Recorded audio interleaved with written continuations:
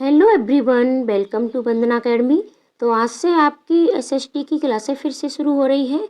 अभी बीच में ये क्लासें हमने बंद कर दी थी। ठीक है, अब आपको डेली एसएसटी की क्लासें भी मिलेंगी पेपर 2 के लिए। तो चलो शुरुआत करते हैं। साथ ही साथ आपको जो हिंदी की पेडागोजी की क्लासें मिल रही हैं वो तो आपको मिलती ही रहेंगी। और क्योंकि अब आपके पास समय बहुत कम रह गया है, आपके पास मात्र 1.5 महीने का ही टाइम है और इस 1.5 महीने में आप 15 दिन सिर्फ रिवीजन के लिए रखिएगा। तो मात्र आपके पास 1 महीने का ही टाइम है। तो इस 1 महीने में आप अपना पूरा कोर्स पूरा करिएगा। तो हम भी पूरी कोशिश करेंगे कि आपकी एसएसटी की क्लासें पूर्ण कराई जाएं। तो चलो शुरुआत करते हैं। आज का हमारा चैप्टर है शिक्ष और ज्योग्राफी के। अब 5 चैप्टर हमने पढ़ लिए हैं। 7th क्लास का चैप्टर है ये। ठीक है, क्लास 6 की ज्योग्राफी की पूरी बुक हम पढ़ चुके हैं और ये 7th क्लास की चल रही है। तो शुरुआत करते हैं। रेणुका बहुत उत्साहित थी। उसके चाचा श्रीकांत लगभग 4 महीने बाद आज घर में थे। वह एक वन्यजीव फोटोग्राफर थे तथा बहुत यात्रा करते थे। बहुत छोटी उम्र से ही रेणुका की रुचि वन्यजीव एवं वनों में थी। जब उसके चाचा ने प्रकृति संबंधी पुस्तकों से उसका परिचय कराया, दूरस्थ भूस्थल एवं वहां रहने वाले लोगों की तस्वीरें उसे हमेशा आकर्षित करती थी। ये कुछ कहानी के रूप में, यानी जब हम कहानी के रूप में शुरुआत करते हैं तो हमें चीज़ें अच्छे से शुरुआत आती हैं और इसीलिए एनसीईआरटी से पढ़ना हमारे लिए ज़्यादा बेहतर होता है। और मैं आपके जो भी टॉपिक हैं उन पर भी वीडियो आपको दूंगी, उन्हें भी टॉपिक क्लियर कराऊंगी। ठीक है, ये आप देख पा रहे होंगे और ये रेणुका है। तो चलो अब हम यहाँ से शुरू करते हैं आपका चैप्टर। और जो इस चैप्टर में जहाँ जहाँ से आपके प्रश्न बनेंगे सिर्फ हम उन्हीं चीज़ों को पढ़ेंगे। सबसे पहले है आपका अमेज़न बेसिन में जीवन। अमेज़न बेसिन के विषय में जानने से पहले हम मानचित्र में देखें। ध्यान दें कि उष्णकटिबंधीय प्रदेश कर्क रेखा और मकर रेखा के मध्य में स्थित है। ठीक है, कर्क रेखा और मकर रेखा के बारे में आप जानते ही होंगे, जैसे कि ये हमारी पृथ्वी होती है। ठीक है, और पृथ्वी के बीचों बीच से एक रेखा गुजरती है जिसे हम भूमध्य रेखा या फिर कर्क रेखा जिसे हम भूमध्य रेखा, विषुवत रेखा भी कहते हैं। ठीक है, और इसके ये हमारा उत्तर होता है और ये हमारा दक्षिण होता है। तो कर्क रेखा 23.5 डिग्री उत्तर में ये हमारी कर्क रेखा होती है और दक्षिण में 23.5 डिग्री पर ये हमारी मकर रेखा होती है। ये अक्षांश होते हैं। ठीक है, ये अक्षांश होते हैं हमारे, और इस पर वीडियो मैं आपको दे चुकी हूँ और डिटेल में ये सारी चीज़ें मैं आपको फिर से पढ़ाऊँगी। तो इन दोनों रेखाओं के बारे में आप अच्छे से जानते होंगे। तो भूमध्य प्रदेश रेखी प्रदेश कहते हैं। अमेजन नदी इस प्रदेश से होकर बहती है। ध्यान दें कि ये पश्चिम में पर्वतों से निकलकर पूर्व में अंध महासागर में कैसे पहुंचती है। जिस स्थान पर कोई नदी अन्य किसी जलराशि में मिलती है उसे नदी का मुहाना कहते हैं। क्या कहते हैं? मुहाना कहते हैं। अमेजन नदी में बहुत सारी सहायक नदियां मिलकर अमेजन बेसिन का निर्माण करती हैं। ठीक है, यानी बहुत सारी जो सहायक नदियां हैं उनसे मिलकर के अमेजन बेसिन का निर्माण होता है। ये नदी बेसिन ब्राजील के भागों, पेरू के कुछ भागों, बोलीविया, इक्वाडोर, कोलंबिया तथा वेनेजुएला के छोटे भागों से प्रवाहित होती है। अब ये सारी चीज़ें बहुत ज़्यादा ज़रूरी होती हैं कि आप जानते हैं। जब स्पेन के अन्वेषकों ने इस नदी की खोज की तब सिर पर सुरक्षा कवच, हेड गियर एवं घास के स्कर्ट पहने कुछ स्थानीय आदिवासियों ने उन पर आक्रमण किया। इन आक्रमणकारियों ने उन्हें प्राचीन रोमन साम्राज्य के अमेजोन्स नामक महिला योद्धाओं के आक्रामक समूह की याद दिला दी। इस प्रकार यहाँ का नाम अमेजन पड़ा। अब अमेजन इसका नाम क्यों पड़ा था, इसके बारे में ये चर्चा है। ये आप मैप देख पा रहे होंगे। ठीक है, ये अमेजन बेसिन है और ये प्रमुख शब्दावलियों से प्रश्न आपके पूछ लिए जाते हैं।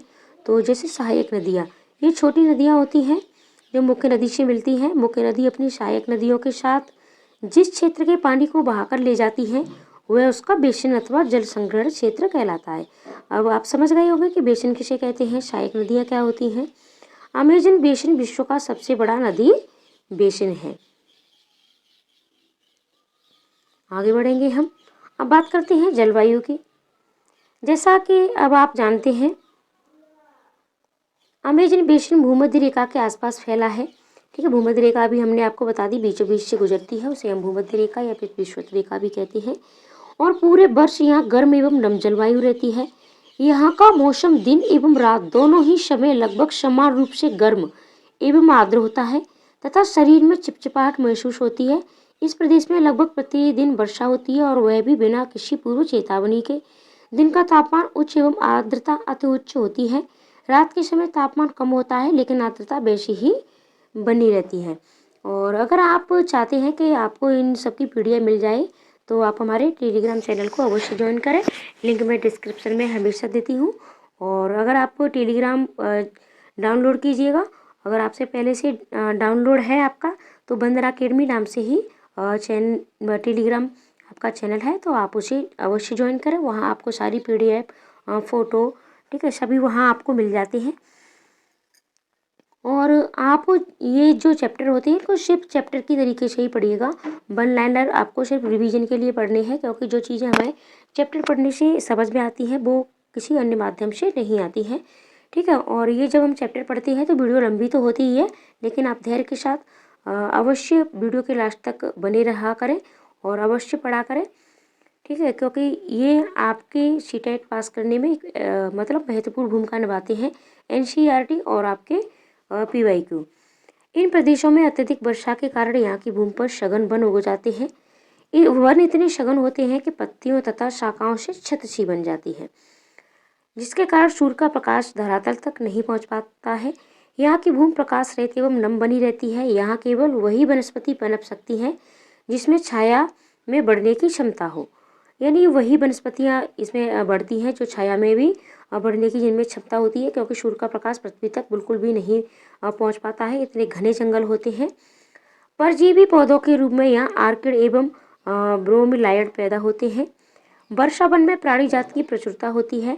टूकन, गुंजन पक्षी, रंगीन प्रजाति वाले मकाओ एवं भोजन के लिए बड़ी चोंच वाले विभिन्न प्रकार के पक्षी जो भारत में पाए जाने वाले सामान्य पक्षियों से भिन्न होते हैं यहाँ पाए जाते हैं। प्राणियों में बंदर, स्लॉथ एवं चींटी खाने वाले टेफिर भी यहाँ पाए जाते हैं।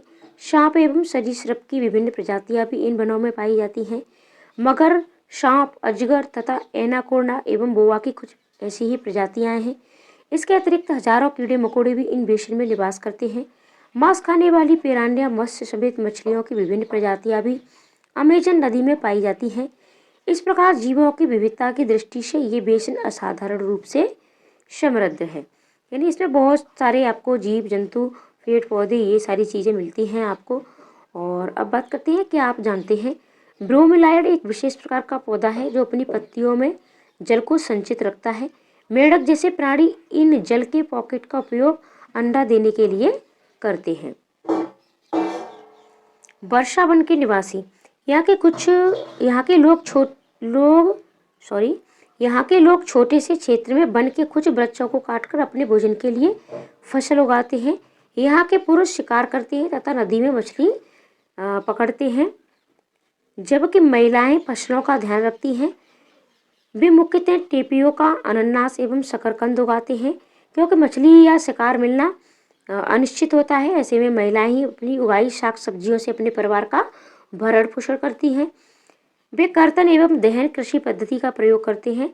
इनका मुख्य आहार मेनियोक है, जिसे कसावा भी कहते हैं, तथा ये आलू की तरह जमीन के अंदर पैदा होता है।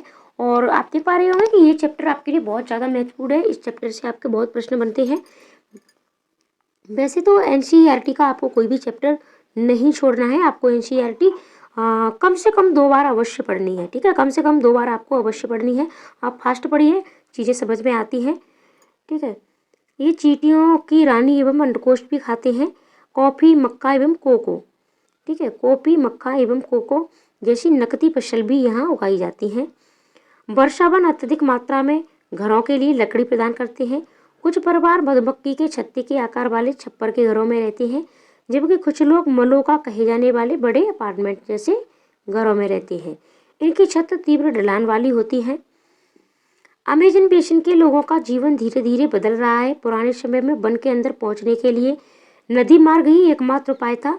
1970 में ट्रांस अमेजन महामार्ग बनने से वर्षा वन के सभी भागों तक पहुंचना संभव हो गया। अनेक स्थानों पर पहुंचने के लिए हवाई जहाजों तथा हेलीकॉप्टरों का उपयोग किया जाता है।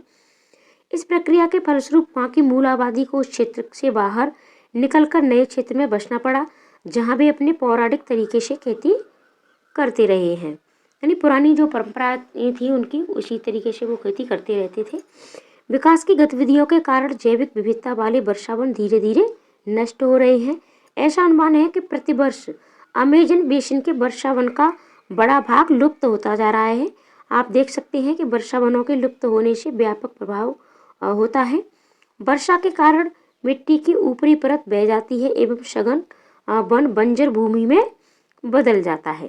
ठीक है, यानी घने जो भी वर्षा होती है तो हमारी जो ऊपरी परत होती है भूमि की, ठीक है, और वही उपजाऊ परत होती है, तो ये क्या होती है, ये बह जाती है। अब बात करते हैं, क्या आप जानते हैं कर्तन एवं दहन की पद्धति में किसान पहले वृक्ष एवं झाड़ियों को काटकर भूमि साफ करते हैं। अब कर्तन एवं दहन की पद्धति से ही ये महिलाएं करती हैं, ठीक है, कृषि करती हैं। तो ये क्या है, फिर इनको जलाया जाता है, इस जिससे पोषक तत्व मिट्टी में मिल जाते हैं। इस साफ भूमि पर कुछ वर्षों तक फसल पैदा की जाती है। जमीन के इस टुकड़े के बार बार प्रयोग से मिट्टी में पोषक तत्वों का अभाव हो जाता है, इसलिए इस टुकड़े को छोड़ दिया जाता है। इसके बाद फसल उगाने के लिए किसी दूसरे स्थान को साफ किया जाता है। इस बीच पुराने खेतों में छोटे छोटे वृक्ष उग आते हैं। इस प्रकार मिट्टी पुनः उपजाऊ बन जाती है। तब लोग इस भूमि के टुकड़े को पुनः जोत सकते हैं। ठीक है, आगे बढ़ते हैं। गंगा ब्रह्मपुत्र बेसिन में जीवन।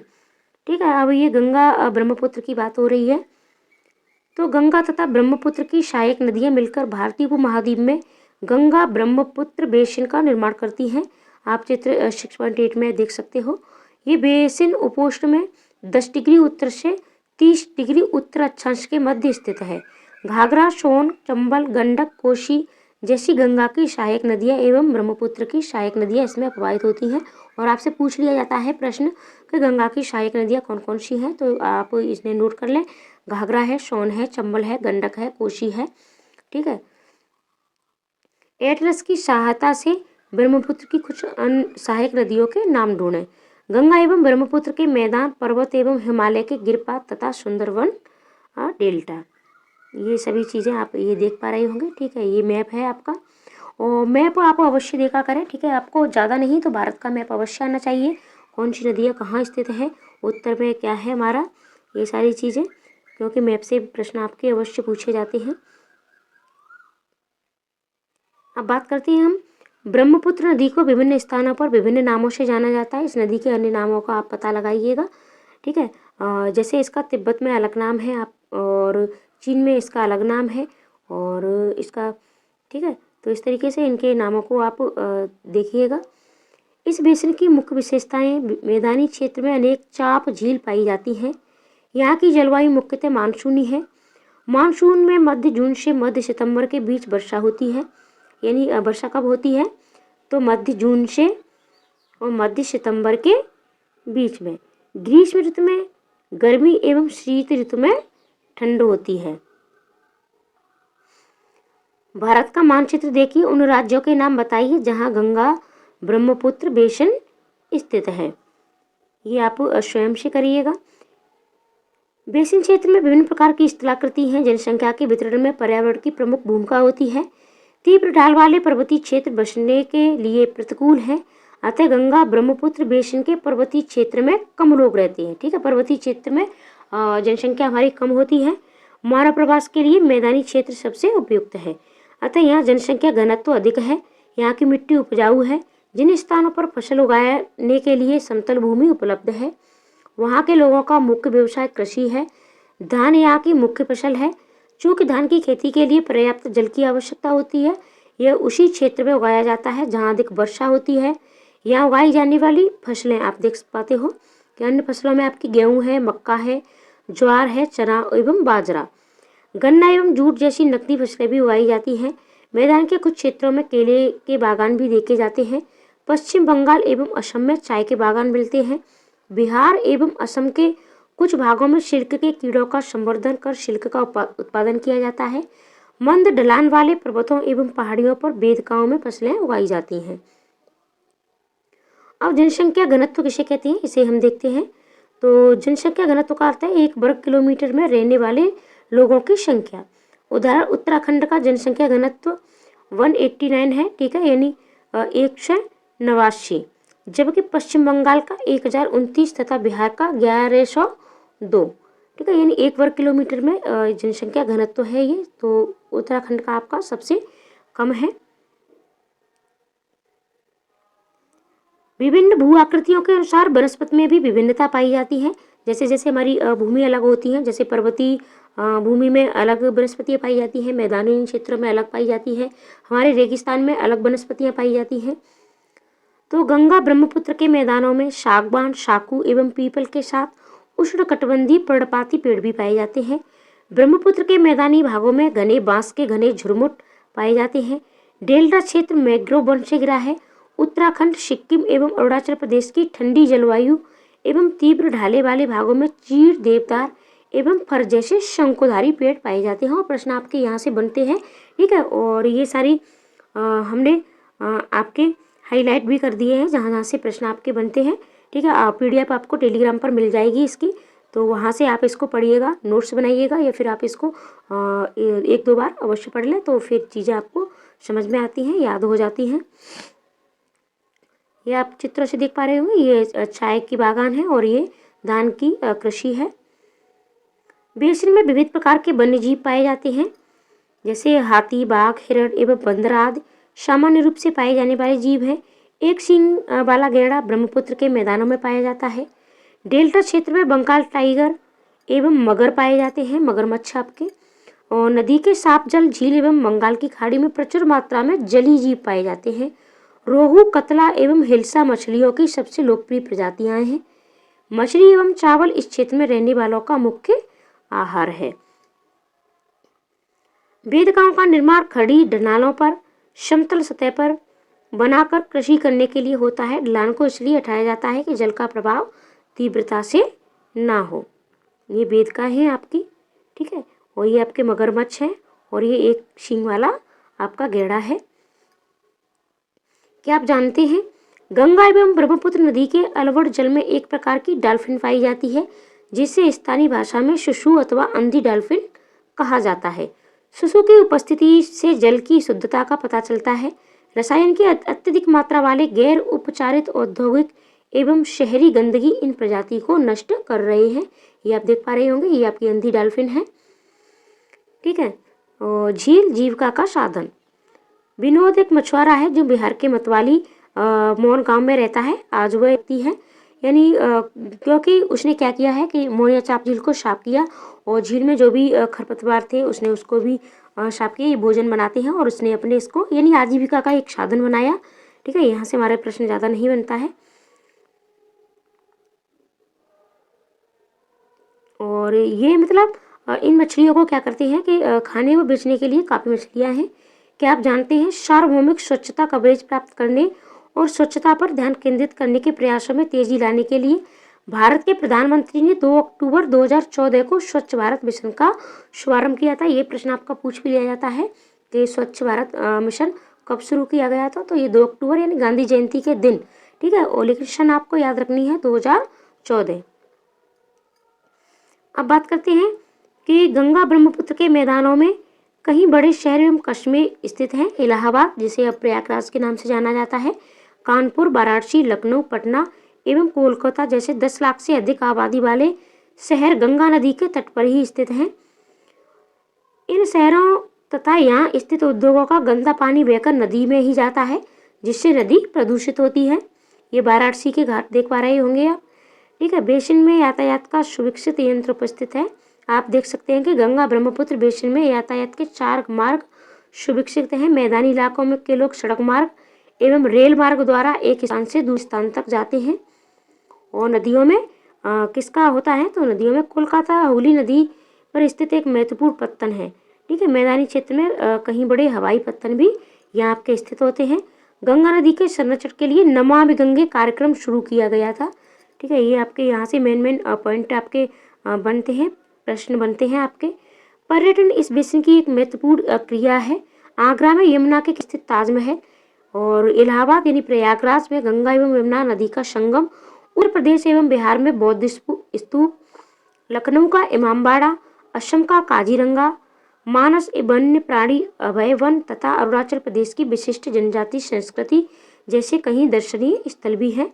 मानस वन्य प्राणी अभय वन में ये आप बाघ देख पा रहे होंगे। ठीक है, और ये आपका चैप्टर आज खत्म हो गया। अगले चैप्टर में हम अगले मिलेंगे और आपको डेली क्लासें मिलेंगी। अब ऐसा नहीं होगा कि बीच बीच में अभी आपकी क्लास रुक गई थी।